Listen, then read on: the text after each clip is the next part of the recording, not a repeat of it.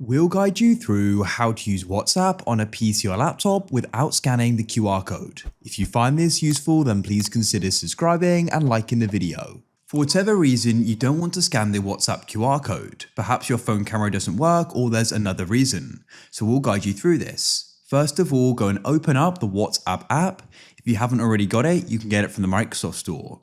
Then what you need to do is go and click on Get Started like so. So you'll go and see the QR code here.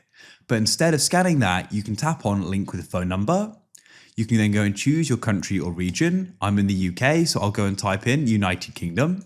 And we can now go and enter in my number. Come onto WhatsApp on your phone, whether that's an iPhone or an Android. On an iPhone, tap settings in the bottom right. On an Android, tap the three dots in the top right. You're going to go and be given a code on your computer you need to enter. So tap on link devices in settings and tap link device.